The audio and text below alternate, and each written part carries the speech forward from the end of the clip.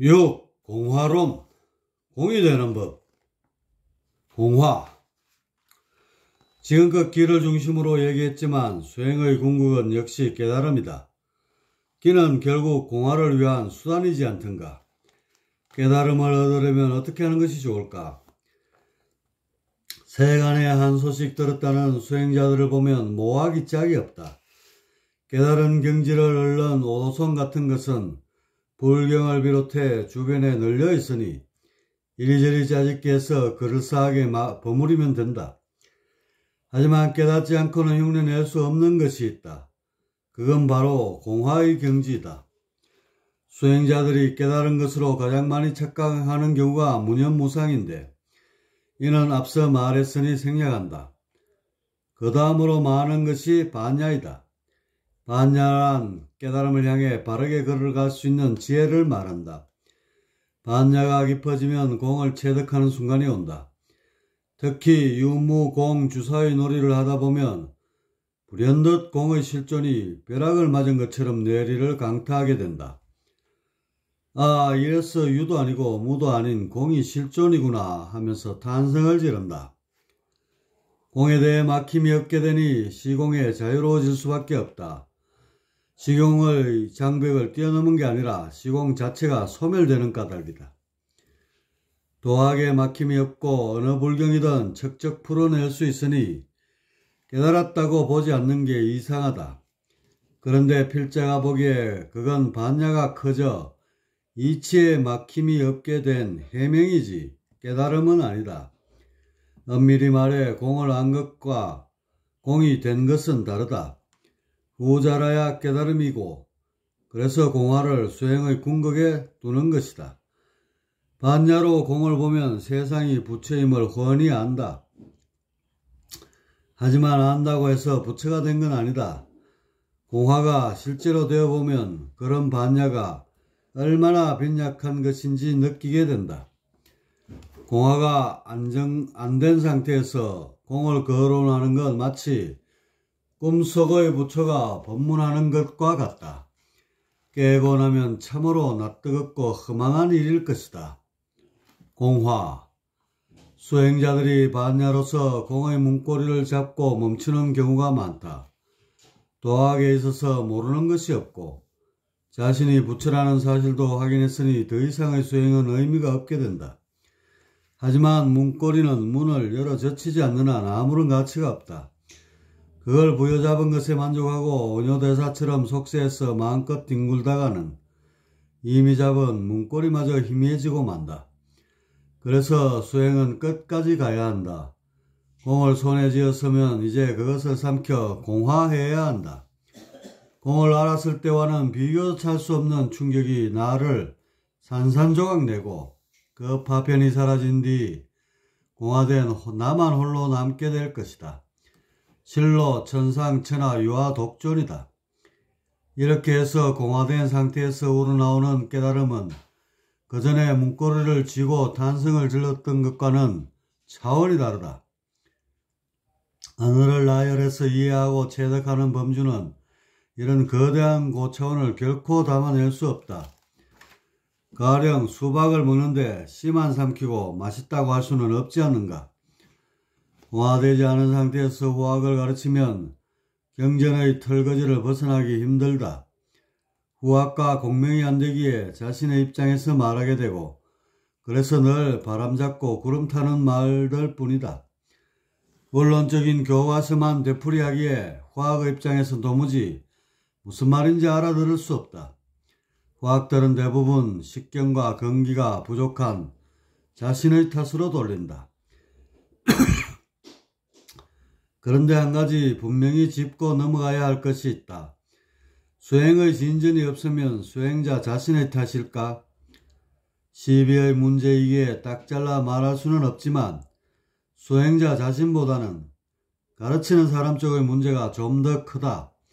서성된 자의 그릇만큼 가르침은 내려가는 법이니 말이다. 공. 그것과 화하게 되면 가르침에 정해진 바가 없게 된다.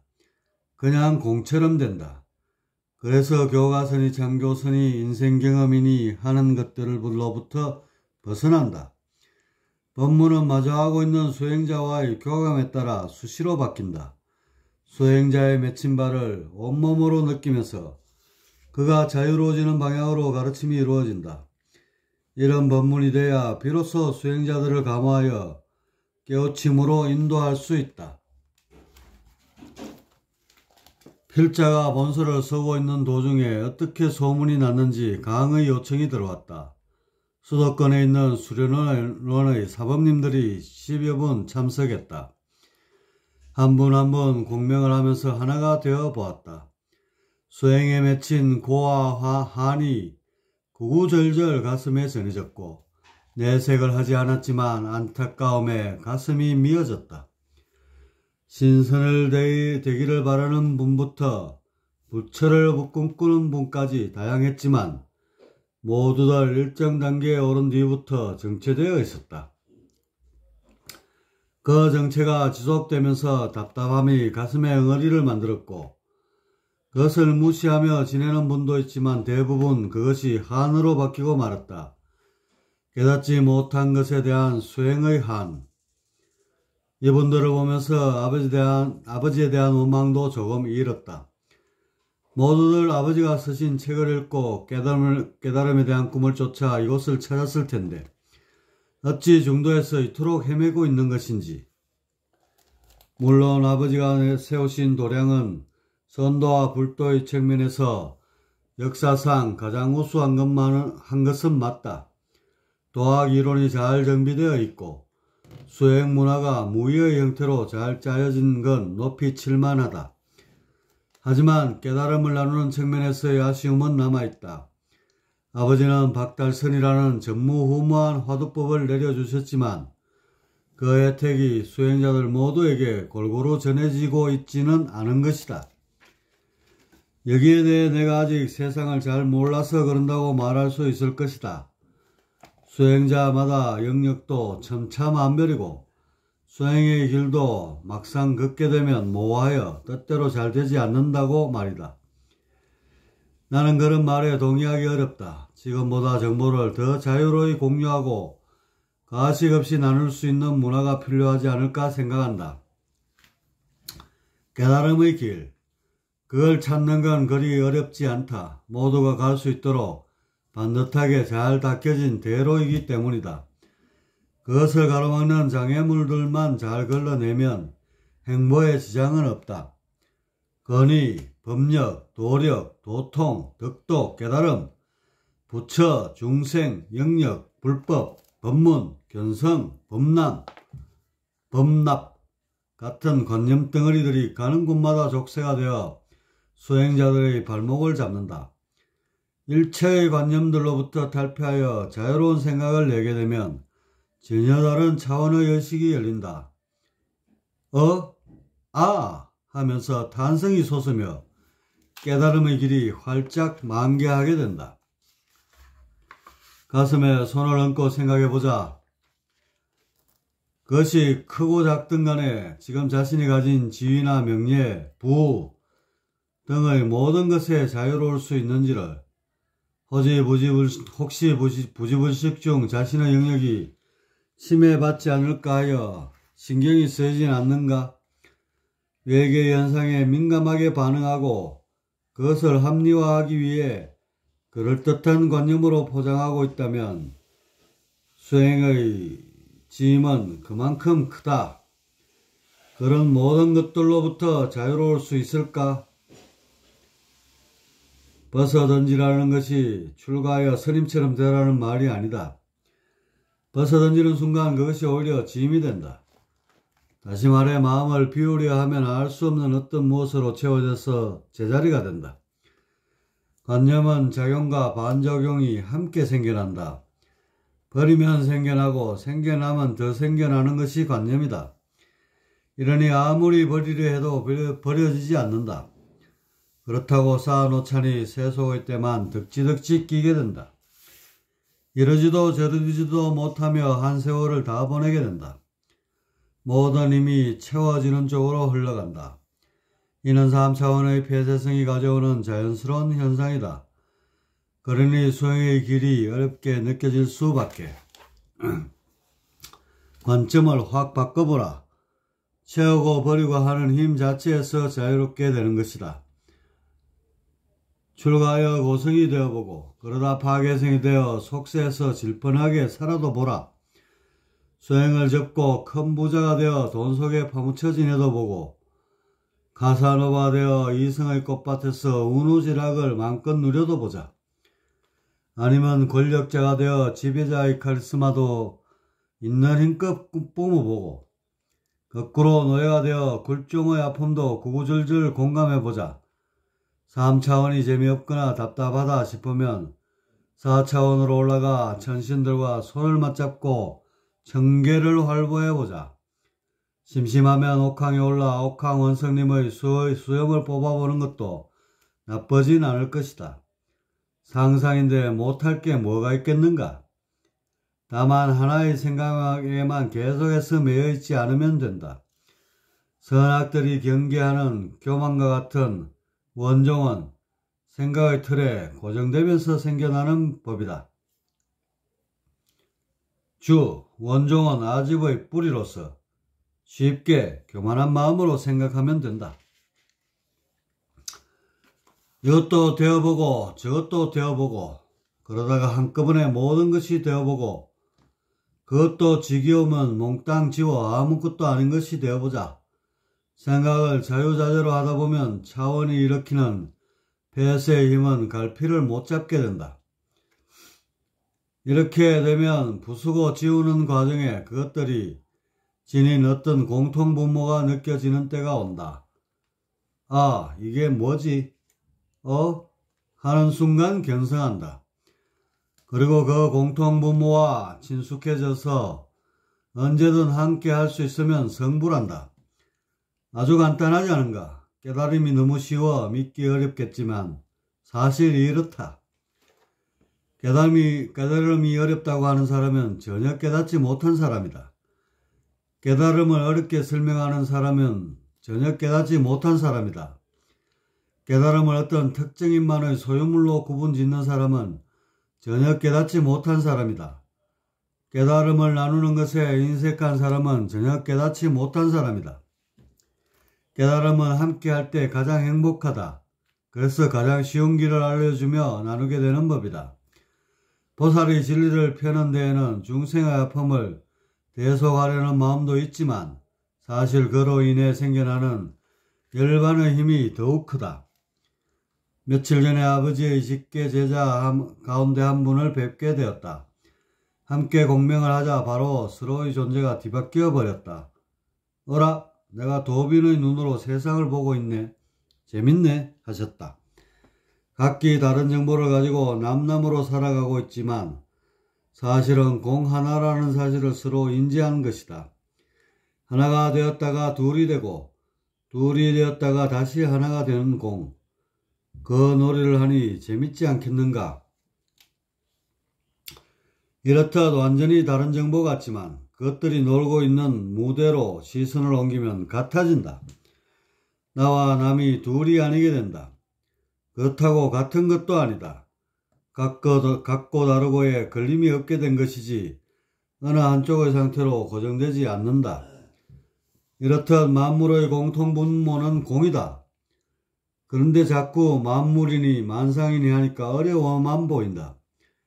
이것과 저것 딱 두 개만 놓고 찾아도 답은 똑같다. 물통과 필통을 예로 들어보자. 그 두 개의 공통점을 찾으면 그게 바로 삼라만상의 바탕인 공이 된다.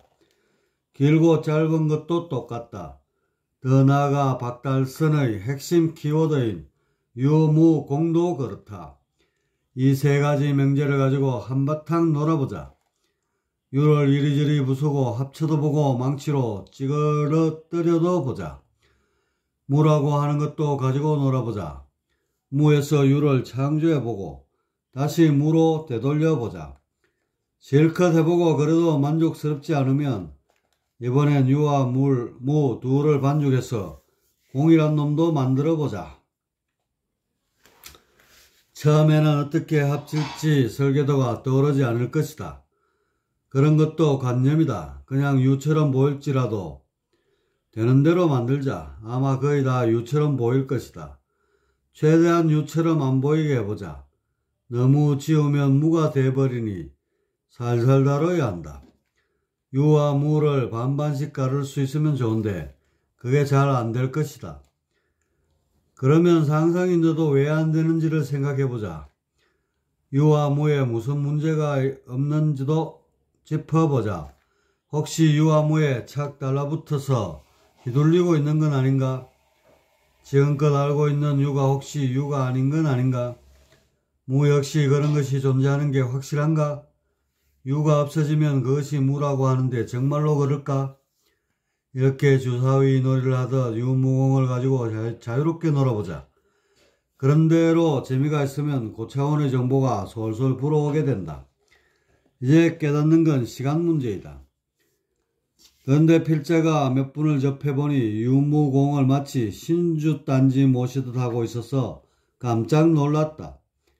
뜰 앞의 잣나무만 쳐다보다가 늙어 죽은 수행성이 연상되어 심히 안타까웠다. 유무공이 뭐가 그리 대단하다고 끔찍하게 대하고 있는가? 그냥 주사위 내던지듯 내 멋대로 가지고 놀아라. 몸뚱이의 바깥은 폐쇄되어 내 맘대로 못하지만 내 안의 정신만은 순전한 나의 소유물이 아니던가. 내 생각을 올가매는 그 어떤 것도 과감히 떨쳐내고 자유롭게 아주 자유롭게 생각을 일으키자. 이건 반드시 어느 정도의 수준에 이른 수행자들만 할 수 있는 게 아니다.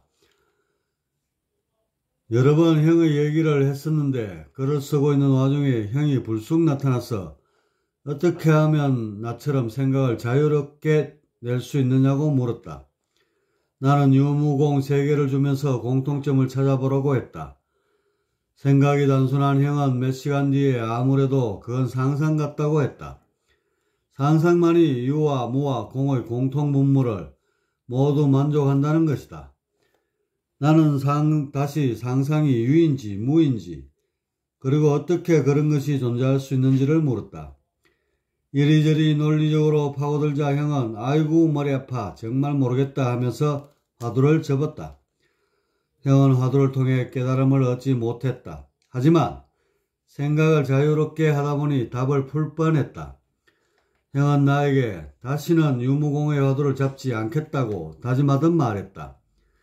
하지만 요 며칠 형의 벌겋게 상기된 얼굴을 보니 가끔씩 떠오르는 화두 생각에 골머리를 썩히고 있는 것 같다. 이처럼 화두란 그리 어려운 게 아니다. 지금보다 좀 더 사고를 자유롭게 하다 보면 저절로 풀리게 된다. 들꽃을 감상하던 부처가 고개를 이리저리 흔들면 어느 순간 자신이 가던 길 쪽으로 머리가 돌아가면서 아 참 깜빡 정신을 놓았었구나 하게 된다. 그렇듯 사고를 자유롭게 하다 보면 온갖 관념의 장벽들이 허물어지면서 본성 쪽을 꿰뚫게 된다. 물론 머리를 지금껏 흔들어 보지 못했으니 처음에는 잘 안 될 수 있다. 하지만 그 감각을 조금만 느끼면 스스로 얼마든지 할 수 있다. 일체의 관념들을 깨서 사고를 자유롭게 해주는 것, 그건 그리 어려운 일이 아니다. 그러니 깨달음에 대해서 그렇게 주눅들 필요가 없다. 지금껏 하지 않았던 쪽으로 방향을 틀면 그곳에 원래 가던 길이 보이게 된다. 내가 이렇게 말하면 영적 수준이 낮은 수행자들이 너무 자유롭게 되면 원종이 발동해 엉덩이에 뿔 난다고 할 수도 있겠다. 그런데 이런 건 수행자들에게 계급딱지를 붙여 더 이상 성장하지 못하도록 하는 무서운 행위이다. 인도의 카스트 제도와 똑같다. 수행자 한 분 한 분은 온 세상에서 가장 소중하고 가치 있는 존귀한 존재이다. 그런 거룩한 분들에게 안전장치라는 족쇄를 들이댈 수는 없다. 또한 공화가 되어 남 바라보면 잘난 척이니 원종이니 하는 것들은 성립하지 않는다. 보살의 앞에서는 모두 자애로운 자식이듯 그들이 수행하는 과정에서 보여주는 것들은 사랑스러운 투쟁에 지나지 않는다. 원정을 터뜨려도 보고 겸손도 떨어보고 우쭐대며 휘저 보기도 하면서 관념의 덫에서 점차 풀려나게 된다. 그러니 마음껏 하고 싶은 대로 하라. 사회에서 그렇게 하면 법이나 관습, 율례에 제약이 따르니 상상만이라도 내 멋대로 해보자. 부처도 되어보고 조물주도 되어보고 하루살이도 되어보고 딱딱한 돌멩이도 되어보자. 불만이 있으면 울분도 토해도 보고 가끔씩 하느님에게 푸념도 해보자. 그리고 한없이 살아도 보고 영원히 죽어도 보자. 생각에 걸릴 바가 뭐가 있겠는가? 내가 이렇게 말하면 아무리 그렇더라도 과정이 있다고 말할 수 있다. 계단을 한 번에 뛰어넘을 수 없으니 단계별 접근이 필요하다고 말이다. 내가 며칠 전 강의할 때 한 분이 이렇게 말씀하셨다. 지금 100층에서 뛰어내리라고 하시는데 저희는 지하 1층이에요. 라고. 이는 한 번에 깨닫기 어려우니 좀 더 쉽게 눈높이 법문을 해달라는 겸손의 말씀이다. 하지만 깨달음에 있어서 중간 단계는 필요치 않다. 전혀 수련을 해보지 않은 평범한 분들도 중간 단계는 의미가 없다. 몇 마디 주고받다가 견성할 수도 있는 법이다. 깨달음에 가장 방해가 되는 것이 바로 지하 1층이라 생각하는 관념이다.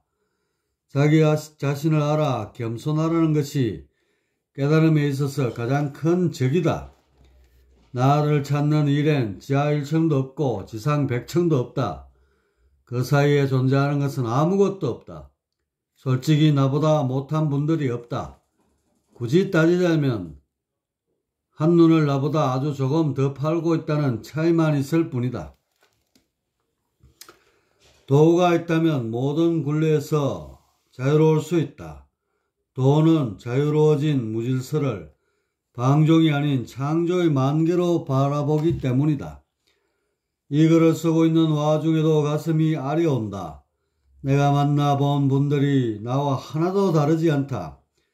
잠시 다른 모습으로 현현에 있을 뿐 모든 분들의 꿈을 이루어주고 싶은 간곡한 마음뿐이다.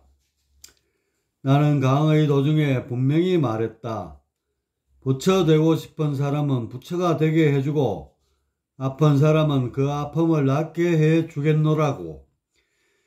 내가 할 수 있는 모든 것을 다해 한 분 한 분 원하는 바를 성취하게끔 해주고 싶다. 함께하는 기쁨보다 더한 것이 뭐가 있겠는가? 이것이 열반이다. 나는 계속해서 열반에 머무르고 싶다. 1단계 원론 1. 가장 쉬운 것과 가장 어려운 것은 하나이다. 2. 그러므로 깨달음은 어떻게 보면 가장 쉬운 것이 된다. 3. 그냥 깨달으면 된다. 이것이 안 되면 가장 어려운 쪽으로 나아가야 한다. 2단계 준비 1. 세상에 대한 집착을 줄이고 욕심을 덜어낸다. 2. 인내심을 키우고 화를 다스리는 데에 익숙해진다. 3. 역지사지하여 상대방의 마음을 이해하도록 힘쓴다. 3단계 시작 1. 기수련을 최소한 축기 과정 이상 한다. 2. 공명을 통해 운기를 연습한다. 3. 기치료를 하면서 기와 친숙해진다. 4단계 종결 1. 도학을 통해 유무공의 이치를 터득한다. 2. 관념 즉 언어가 만드는 폐쇄성으로부터 자유로워진다. 3. 공화한다. 대략 수행의 과정은 이렇지만 사람에 따라 그 순서도 다르고 또한 이것저것 뒤섞어 진행할 수도 있다. 다만 공통적으로 해야 할 것은 세속에 대한 집착을 줄여 공명심을 이루는 것과 기수련 그리고 도학을 통한 반야의 정진이다. 공명과 기 그리고 반야는 공화하기 위해 빠질 수 없는 3대 열쇠이다. 이 세 마리 토끼를 한꺼번에 잡는 방법이 관념으로부터 자유로워지는 길이다.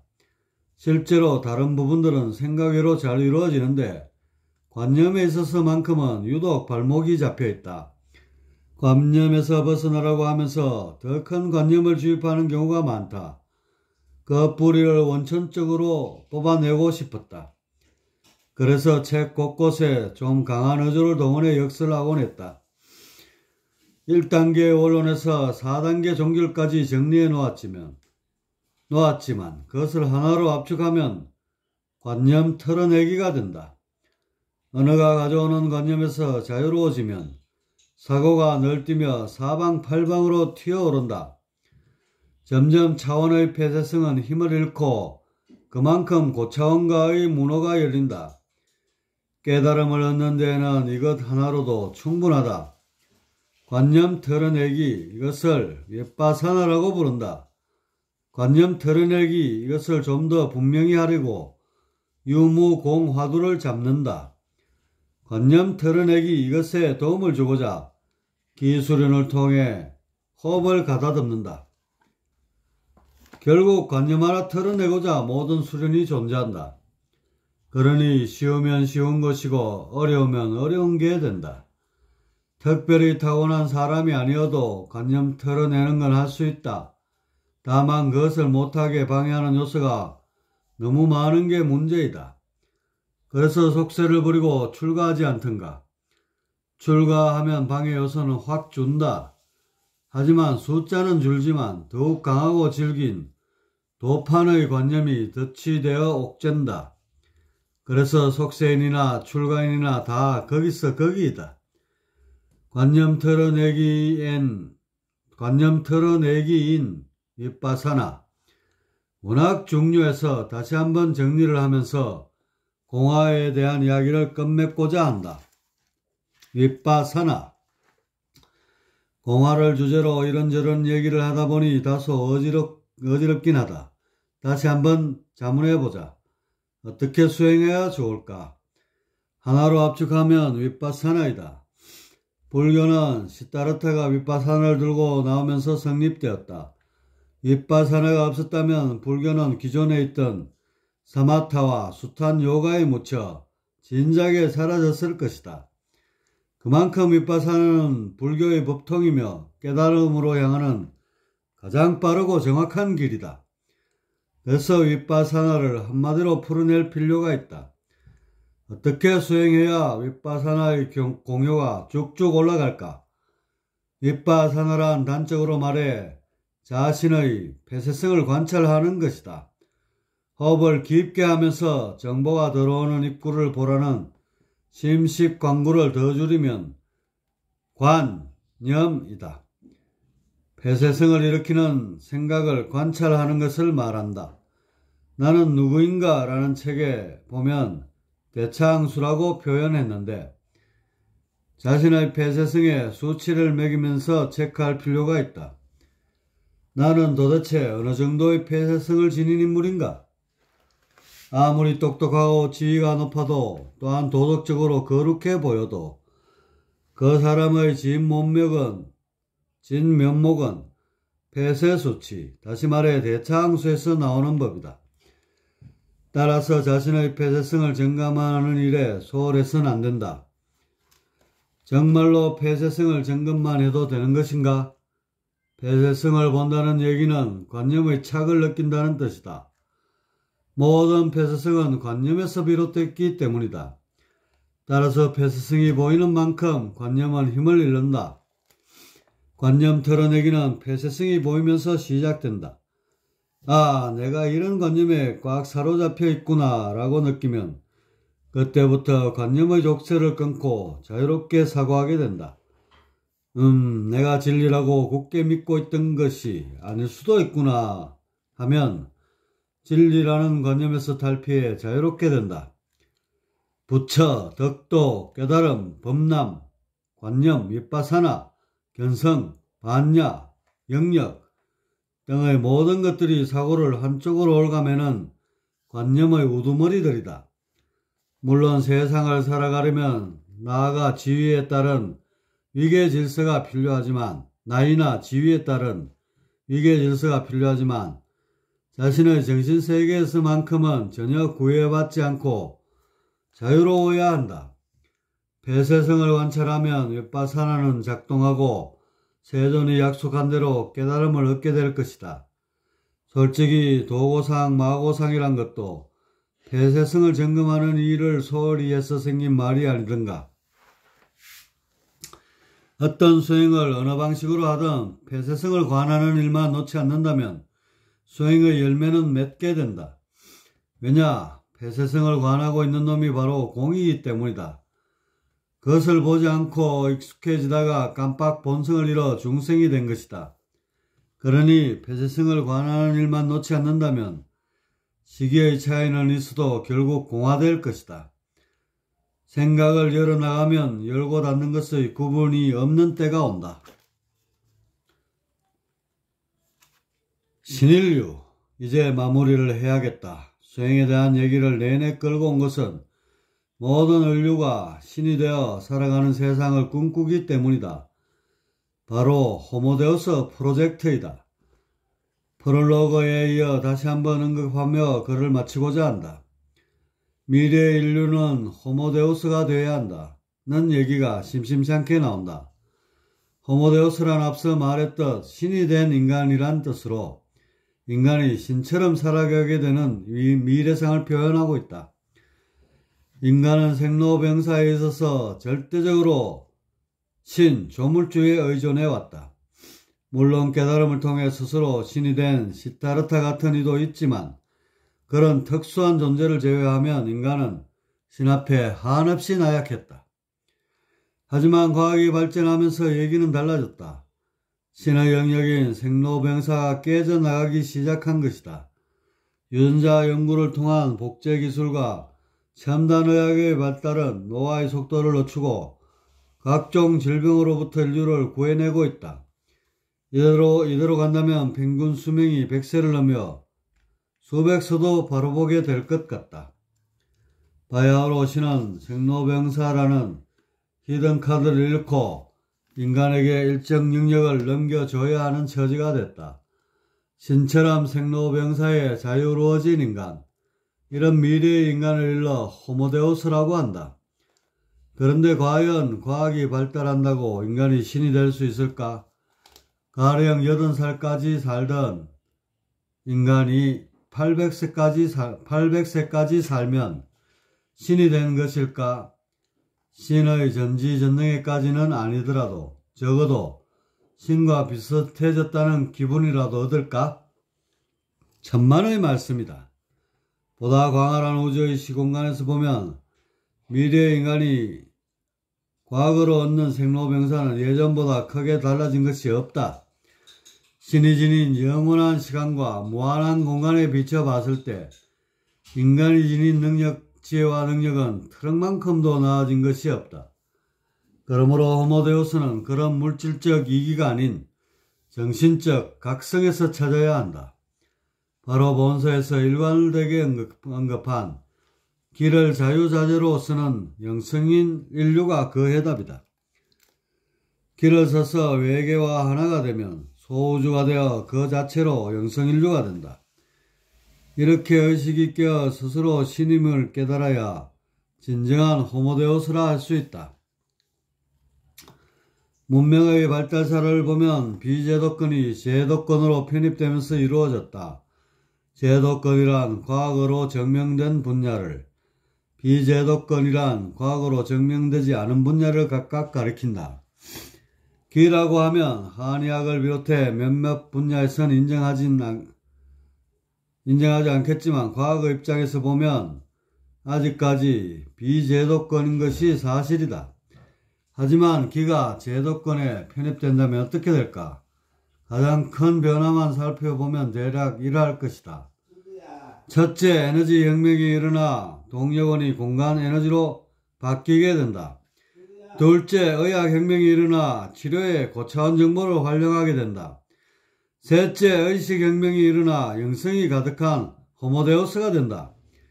기의 제도권 진입은 에너지와 의학, 영상에 있어서 엄청난 도약을 이루면서 세상을 바꾸어 놓을 것이다.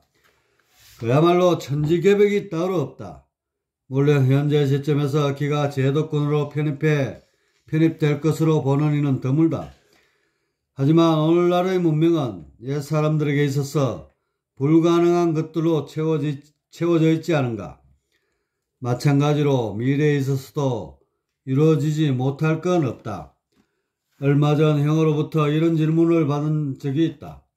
정말로 세상 사람들이 기에 자유로워지면 혹시 전쟁의 것을 활용할 수 있는 게 아니냐는 것이다.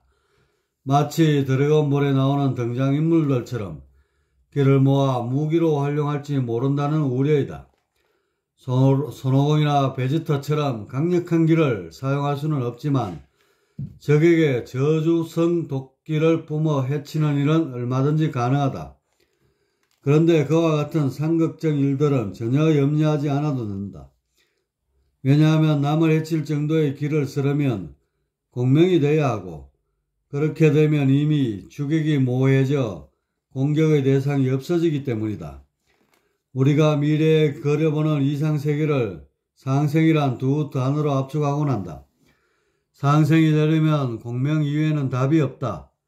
인류 구원의 열쇠로 꼽히는 사랑, 자비, 희생, 봉사 등의 개념 속엔 이미 주객이 설정되어 있다. 그렇기에 상극의 시야는 여전히 꿈틀대고 있다. 반면에 공명에는 주객이 희미해져 하나의 동질성으로 이어진다.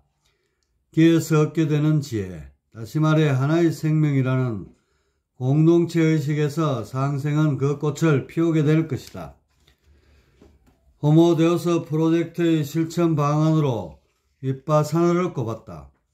그리고 그것을 보완하는 유용한 방책으로 기를 덧붙였다. 공명과 기 이 두 가지로서 호모 삼피엔스를 업그레이드 했으면 하는 바람이다. 하지만 냉정하게 생각해보면 그건 역시 실행에 옮기기에는 어려움이 남는다. 현재 이런저런 소행에 매진하고 있는 구조다들에게도 결코 쉬운 일이 아니니 말이다. 일반화시키기에는 넘어야 할 산이 많다. 그래서 또 공부해봤다. 이렇게 책을 써서 말로 푸는 것이 아니라 직접 수련생과 기를 소통하고 감흥하여 활로를 열어주는 방법은 없을까? 내가 수행 과정에서 아버지가 지닌 정보를 복사해서 시간을 단축했듯이 수련생들에게 내가 지닌 정보를 넣어주는 것이다. 그것이 가능하다면 이론과 실제가 맞물려 호모데우스 프로젝트의 수레바퀴는 보다 잘 굴러갈 것이다. 나는 즉시 실험에 돌입했다. 그리고 훔치는 것이 주는 것보다 쉽다는 사실을 알았다. 남의 정보를 가져오는 건 잘 되는데 내가 가진 정보를 남에게 주는 건 그리 녹록치 않았다.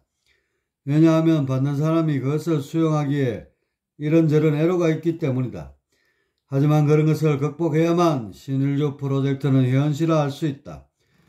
그래서 다시 연습하고 또 연습했다. 소설공에 나오는 옥황이가 엄마를 안고 정보를 교차하는 것처럼 되기 위해서. 그리고 마침내 어느 정도 가능한 선을 찾았다. 앞에서 끄는 정도의 힘까지는 안 되어도 뒤에서 밀어서 고개를 넘게 하는 힘 정도는 갖추게 되었다. 다행한 일은 우리 도문에는 이미 기의 용사에 있어서 일정 경지를 넘어선 분들이 적지 않게 있다는 사실이다. 그런 분들의 협조를 구하고 또한 재능 있는 사범들을 양성하여 신인류 대열에 합류시킨다면 마치 눈덩이가 구르듯 가속되어 문명 완성의 꿈을 향해 돌진하게 될 것이다. 지금은 그 꿈이 너무 막연하고 미약하지만 한 명 한 명 영성인류의 길을 걷다 보면 결국 다 함께 어우러지는 날이 오리라 믿는다. 이제 영적 혁명을 이룰 시운이다. 그 역사적 대업이 우리를 각자의 손에 달려있다. 모아기 짝이 없는 기이지만 자꾸 쓰다 보면 점점 더 그 실체가 뚜렷해지고 결국은 세상을 바꾸는 열쇠가 되어줄 것이다. 내 능력이 어디까지인지 잘 모르겠다. 삼라만상 모든 것이 공이고 그것이 뿜어내는 정보로만 되어 있으니 못할 것은 없다. 하지만 이렇게 글을 쓰고 자기 주장도 소리 높이 하고 있는 나 역시 패스성이 꽤나 존재할 것이다. 며칠 전 나를 보기 위해 적잖은 수행자들이 모였다. 나는 요 며칠 동안 기운을 점검하면서 치병을 하였다. 한꺼번에 여러 명을 대속하다 보니 새로 오신 분들의 병을 다룰 만한 여지가 없게 되었다. 그래서 치병을 제외하고 기운 점검과 수행의 물꼬를 틔워주는 쪽으로만 했다. 그래도 상담 도중에 몇 분의 병을 알게 되어 내 몸으로 가지고 왔다. 그러면서 뼈저리게 느꼈다. 관음보살님은 천수천안이라 하여 수많은 사람들의 고통을 한꺼번에 짊어질 수 있는데 나는 왜 이 정도에서 힘들어 하는지를 며칠 동안 쉬면서 생각을 일으켜보았다. 화신을 만드는 것 외에는 뚜렷한 방법이 떠오르지 않았다. 공에 나의 정보를 입혀 나와 같은 존재를 만드는 것이다. 그곳에 환자의 정보를 담아 놓는다면 내가 대속하는 것과 같게 된다. 그것에 대해 아버지의 의견을 구하고 구체화하고 있다. 아마 책이 나간 뒤 어느 시점에 이루어지지 않을까 싶다. 한 가지 더 바람이 있다면 그 화신이 정보만 담고 있는 수동 상태가 아니라 능동적으로 활동하는 하나의 독립인격체가 되었으면 한다. 그렇게 되면 화신을 수행자들에게 보내 함께 정보를 교류하며 수행하게 할 수 있다. 보살의 정보와 어우러져 수행한다면 깨달음의 길에 거침이 없게 될 것이다. 공으로 보면 그것이 전혀 어렵지 않게 보이는데 아버지께서는 3차원의 폐쇄성 공간에서 그리 녹록한 일이 아니라고 하신다. 문제는 풀났고 있는 것이니 어떻게 하든 해결해야 할 것이다. 내가 이런 얘기를 하면 공상이 심하다고 할 사람이 적지 않을 것이다. 하지만 삼라만상 모든 것은 한바탕의 정보 노름이다. 정보 이합 집산에서 피어난 한 무리의 뭉게구름 같은 것이다. 정보를 나눌 줄 아는 호모사피엔스의 등장으로 우리 인류는 시작됐고 학문을 만들어 체계적으로 전수하면서 문명의 발달은 궤도에 진입했다. 그리고 현대에 이르러 컴퓨터의 등장으로 정보 양과 속도가 기하급수적으로 커졌고 그것이 핸드폰으로 옮겨가면서 누구나 쉽게 누릴 수 있게 되었다. 게다가 요즘은 인공지능까지 나오면서 정보, 문명의 궁극으로 치닫고 있다. 정보, 그것의 나눔을 왜 컴퓨터에서만 해야 하는가? 우리의 의식에서 폐쇄성만 걷어내면 인공지능은 따라올 수 없는 고차원을 함께 할 수 있다. 컴퓨터에 접속하면 누구나 정보의 주인이 되는 것처럼 우리의 의식 모두를 한데 섞어 모두가 공의 정보를 쓰게끔 할 수 있다. 공이라는 클라우드를 공유하며 하나 같은 둘로 살아가는 인류.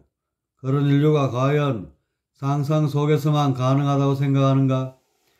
상상과 현실이 둘이 아님을 확실히 깨닫는다면 내가 말한 공화된 인류는 꿈같은 무지개가 아니다. 아마 내가 기치로 든 호모데우스 프로젝트엔 상상할 수 없는 장이 뒤따를 것이다. 모든 사람들이 자유롭고 평등하게 되는 것을 싫어하는 쪽의 반발이 예상된다.